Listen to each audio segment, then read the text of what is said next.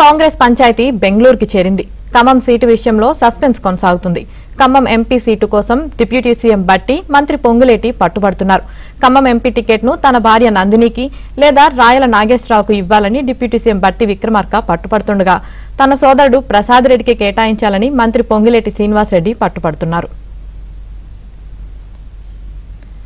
దీంతో ఈ పంచాయతీ కాస్త కర్ణాటక డిప్యూటీ సీఎం డీకే శివకుమార్ దగ్గరకు చేరింది.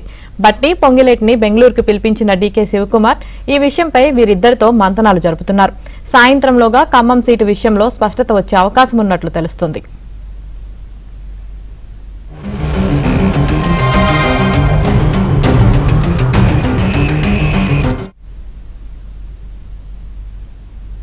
ఖమ్మం ఎంపీ టికెట్ పై సాయంత్రంలోగా సీటు విషయంలో స్పష్టత వచ్చే అవకాశం ఉన్నట్లు తెలుస్తుంది. దీనికి సంబంధించి మరింత సమాచారం మా ప్రతినిధి సిద్ధార్థ్ లైవ్ లో అందిస్తారు. సిద్ధార్థ్,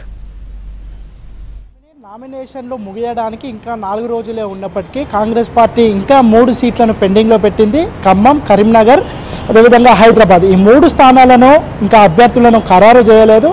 అయితే ఖమ్మం టికెట్ ఎవరికి ఇస్తారు అని తేలితేనే మిగతా టికెట్లు ఎవరికి ఇవ్వాలో అనేది ఒక క్లారిటీకి వస్తుంది. ఖమ్మం టికెట్ ఖమ్మకి ఇస్తే కరీంనగర్ రెడ్డి సామాజిక వర్గానికి ఇస్తారు. ఒకవేళ ఖమ్మము రెడ్డి సామాజిక వర్గానికి ఇస్తే కరీంనగర్ సీటు వెలుమ సామాజిక వర్గానికి ఇద్దామని కాంగ్రెస్ పార్టీ భావిస్తూ ఉంది. ఇక ఈ ఖమ్మం టికెట్ కోసం చాలామంది ఆశావాహులు ఉన్నారు. ముఖ్యంగా 3 మంత్రులు, ఇటు పొంగులేటి కానీ, బట్టి కానీ, తుమ్మల నాగేశ్వరరావు కానీ వాళ్ళ కుటుంబ సభ్యులకు ఇప్పించుకుందామని మొదటి నుంచి ప్రయత్నం చేస్తున్నారు. ఇటు విహెచ్ కానీ, వంకాయలపాటి రాజేంద్ర ప్రసాద్ కానీ, ఇటు రాయల నాగేశ్వరరావు కానీ, ఇట్లా చాలామంది ఆశావాహులు ఉన్నారు. కానీ ఖమ్మం టికెట్ ఎవరికి ఇవ్వాలో అనే మీమాంసలోనే కాంగ్రెస్ పార్టీ హైకమాండ్ ఇంకా ఆలోచిస్తుంది. ఇంకా ఈరోజు సాయంత్రం వరకు దీనికి సంబంధించి ఒక క్లారిటీ వచ్చే అవకాశం ఉంది. అధిష్టానం ఈ బాధ్యతను, ఖమ్మం టికెట్ను ఎవరికి ఇవ్వాలి, ఎవరికి ఇచ్చినా మిగతా వాళ్ళందరూ కలిసి పనిచేయాల్సిందిగా కోరేందుకు ఈ బాధ్యతను డీకే శివకుమార్కు అప్పచెప్పినట్టు తెలుస్తూ ఉంది. డీకే శివకుమార్ ఈరోజు పొంగులేటి శ్రీనివాసరెడ్డిని, బట్టి విక్రమార్కని ఇద్దరిని బెంగళూరుకు పిలిచారు.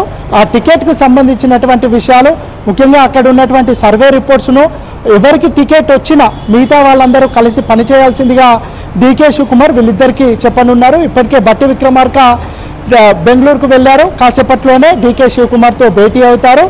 ఈ ఖమ్మం టికెట్కి సంబంధించి పొంగులేటి శ్రీనివాసరెడ్డి తన తమ్ముడు ప్రసాద్ రెడ్డికి టికెట్ ఇవ్వాలని చాలా రోజుల నుంచి పట్టుబడుతున్నారు. మరోవైపు బట్టి విక్రమార్క కూడా తన భార్య నందినికి టికెట్ ఇస్తే బాగుంటుంది, ఆమెకి ఇస్తే ఖచ్చితంగా గెలిచి తీరుతుందని ఎన్ని రోజులు చెప్పుకుంటూ వచ్చారు. ఒకవేళ తనకు టికెట్ను నిరాకరిస్తే రాయల నాగేశ్వరరావుకు టికెట్ ఇవ్వాలని బట్టి ఒక ప్రపోజల్ పెడుతుండు. కానీ ఇటు పొంగులేటి మాత్రం తన తమ్మునికే ఖచ్చితంగా టికెట్ ఇవ్వాలి, తన తమ్మునికి టికెట్ ఇస్తే భారీ మెజార్టీతోని గెలిపించుకోవడంతో పాటు పక్కన ఉన్నటువంటి నియోజకవర్గాల బాధ్యతను కూడా తాను తీసుకుంటానని ఏఐసీసీకి చెప్పినట్టు తెలుస్తూ ఉంది. సో మొత్తానికైతే కాసేపట్లోనే దీనికి సంబంధించి చర్చలు మొదలవుతాయి.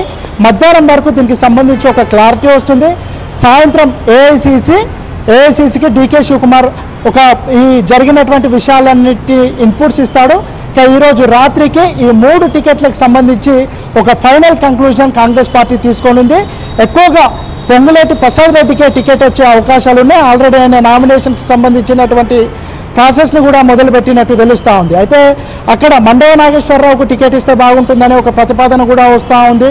సో మొత్తానికైతే దీనికి సంబంధించి ఖమ్మంలో ఎవరికి టికెట్ ఇస్తారో ఒక కంక్లూజన్ వస్తే కరీంనగర్లో టికెట్ ఎవరికి ఇవ్వాలో అనేది ఒక క్లారిటీకి వస్తారు.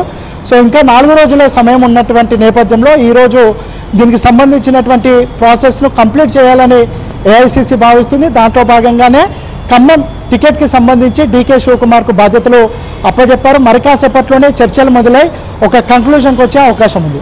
Right, thank you Siddharth.